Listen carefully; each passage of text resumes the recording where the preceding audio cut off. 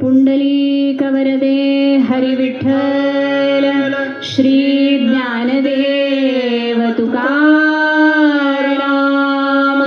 पंढरीनाथ भगवान की जय। माऊली ज्ञानेश्वर महाराज की जय। जगद्गुरु तुकाराम महाराज की जय। संत श्रेष्ठ नामदेव महाराज की जय।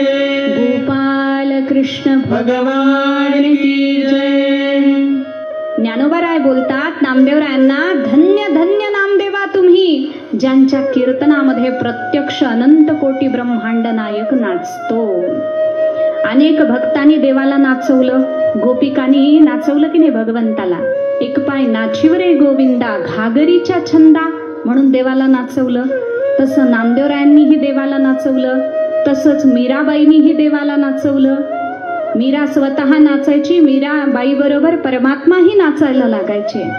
म्हणून संतांच्या वाणी बरोबर, संतांच्या शब्दाबरोबर, संतांच्या भक्ती बरोबर प्रत्यक्ष भगवान नाचतो, हे संतांचं सामर्थ्य आहे। आणि मग अशा पद्धतीनं आता कीर्तन व्हायलाच लागली, परमात्मा आनंदितच व्हायला लागले। आणि ज्ञानोबाराय काही दिवस पंढरपूरमध्ये वास्तव्य करतात। नामदेवराय ज्ञानोबाराय रोज भगवंताच्या दर्शनाला जातात, भक्तीचा आनंद घेतात। आणि असं वर्णन आलंय चरित्रामध्ये की ज्ञानोबारायांना वाटलं भगवंताची आपल्यावर खूप मोठी कृपा आहे। तसंच नामदेवरायांनाही वाटलं भगवंताची आपल्यावर खूप मोठी कृपा आहे। आणि ती कृपा वाटता वाटता वाटता नामदेवराय म्हणतात, एकदा माझ्या अंतःकरणामध्ये थोडासा अहंकाराचा अंकुर उदयाला आला।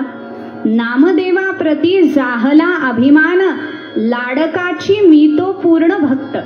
मीच पूर्ण भक्त आहे, लाडका भक्त आहे, असा नामदेवरायांना अहंकार झाला। आणि मग भगवंतानी जेव्हा नामदेवरायांना पाहिलं, रोज माझा नामा माझ्या दर्शनाला येतो पण निरहंकारी होऊन येतो, आज अहंकाराचा अंकुर आहे चित्तामध्ये। मग भगवान बोलायला लागले, नामदेवा तुला माहितीये का रे, लहानपणी मुलं खेळ खेळत असतात। नामदेवराय म्हणायला लागले, कोणता खेळ? म्हणे नाही का लपाछपीचा खेळ खेळतात, आता आपण पण तसा खेळ खेळू म्हणे। म्हणजे काय करायचं देवा? भगवान बोलायला लागले, देव म्हणे नाम्या मी जातो पळोनी, काढीपा धुंडोनी मज लागी। मी पळून जातो म्हणे, मला तू शोधून काढ। नामदेवराय म्हणाले, देवा हे काय करता लहान मुलासारखं? म्हणे कधी कधी लहान होऊनही बघावं, लहान होण्यात सुद्धा फार आनंद असतो, लक्षात घ्या। म्हणून संतांनी मागितलं, लहानपण दे गा देवा। लहान व्हायचंय म्हणजे नम्र व्हायचंय, सरळ व्हायचंय, निर्मळ व्हायचंय। म्हणून प्रत्येक वेळेस मोठं म्हणूनच राहायची गरज नाहीये, कधी लहानही होऊन पाहावं। भगवान म्हणाले, मी पळून जातो, तू मला शोधून काढ। आणि भगवान तिथून अंतर्धान झाले। भगवान अंतर्धान झाल्याबरोबर नामदेवराय मात्र अस्वस्थ झाले, कारण आजपर्यंत क्षणभराचाही वियोग नामदेवरायांना भगवंताचा माहित नव्हता, म्हणून अस्वस्थ झाले। आणि मग भगवंतानी काय केलं, गळ्यातला तुळशीचा हार होता ना, ते तुळशी टाकत टाकत अंतर्धान झाले होते, म्हणजे खूणही कळावी, शोधूनही काढता यावं। तिथून अंतर्धान झाले, ते आरणला प्रगटले। पंढरपूर पासून जवळच आरण नावाचे एक गाव आहे, तिथं सावतामाळी नावाचे श्रेष्ठ भक्त राहतात, तिथं परमात्मा प्रगटले। धन्य ते आरण सत्वाची ते खान, धन्य आहे ते आरण, तिथं परमात्मा प्रगटले। आणि संत श्रेष्ठ सावतामाळींच्याकडे आले आणि सांगायला लागले, सावतोबा सावतोबा मला लपून ठेवा म्हणे, 2 चोर माझ्या मागं लागलेले आहेत, लवकरात लवकर मला लपून ठेवा, नाहीतर ते चोर मला आता पकडतील, मग माझं काही खरं नाही। महाराज हसायला लागले आणि महाराज बोलायला लागले, अरे तूच जगातला सगळ्यात मोठा चोर आहेस, तुला पकडायला दुसरे कोणते चोर येणार आहेत म्हणे। काहीतरी सांगतोस देवा, त्रिभुवनामध्ये ज्याची सत्ता आहे तो चोरांना घाबरतो, हे आश्चर्य नाही का देवा? तुला कुठं लपवू देवा? आता तुला लपवण्यासाठी माझ्याकडे जागा नाही। त्रिभुवनामध्ये अशी कोणती जागा आहे जिथं तुला लपवता येईल देवा? वायूला कधी पिंजऱ्यात कोणता येतं का? आकाशाला कधी घागरीत घालता येतं का देवा? म्हणून तुला लपवणं शक्य नाही, मी तुला लपवू शकत नाही देवा। तेव्हा भगवंतानी सांगितलं, मी जागा सांगितली तर लपवशील का तिथं? महाराज म्हणाले, सावता महाराज, देवा तू जागा सांगितली तर प्रयत्न करेन. म्हणे, माझ्यासाठी सर्वश्रेष्ठ जागा आहे माझ्या भक्ताचं हृदय, म्हणून तुझ्या हृदयामध्ये तू मला ठेव. ऐकल्या बरोबर सावता महाराज तिथंच आनंदानं नाचायला लागले. देवा माझं किती भाग्य, माझं फार मोठं भाग्य की तुम्ही माझ्या हृदयामध्ये येऊन बसताय. आणि मग भगवान सावता महाराजांच्या हृदयामध्ये प्रवेश करतात. पण प्रवेश करता करता मुद्दाम पितांबर असा दिसेल अशा पद्धतीनं प्रवेश करतात. तेवढ्यात नामदेवराय मागोवा घेत घेत आले. तुळशीचा सुगंध इथंच कुठंतरी येतोय, आरणच्या दिशेनं आले. विचारलं, कोण आहे इथं श्रेष्ठ भक्त वगैरे. आणि मग लोकांनी सांगितल्याप्रमाणे सावता महाराजांच्या ठिकाणी नामदेवरायांनी येणं केलं, पण देवच दिसेना.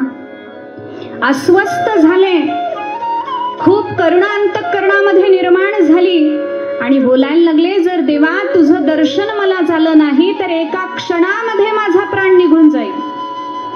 तरी सुद्धा भगवान प्रगट होईनात. मग सावता माळींच्या मुखाकडे पाहिलं, अद्भुत तेज मुखावर होतं.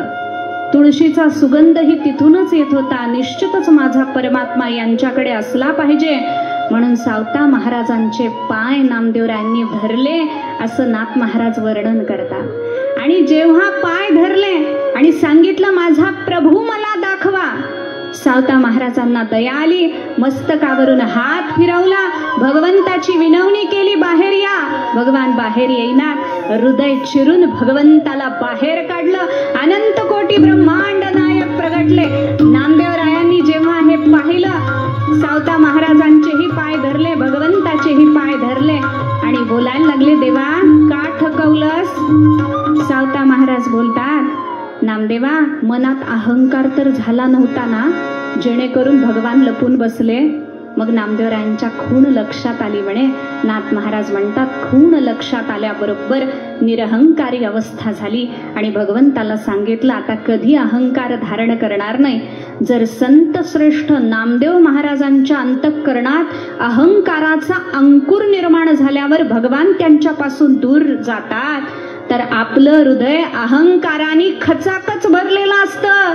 तिथं परमात्मा कसे काय प्रगट होतील. म्हणून देव भेटायचा असेल तर निरहंकारी अंतःकरण करण्याची गरज आहे, विनम्र होण्याची गरज आहे. आणि संतांचं चरित्र आपल्याला निरहंकारी करणार आहे. पुंडलिक वरदे हरी विठ्ठल श्री ज्ञानदेव तुकाराम. पंढरीनाथ भगवान की जय. माऊली ज्ञानेश्वर महाराज की जय. जगद्गुरु तुकाराम महाराज की जय. संत श्रेष्ठ नामदेव महाराज की जय. गोपाल कृष्ण भगवान की जय.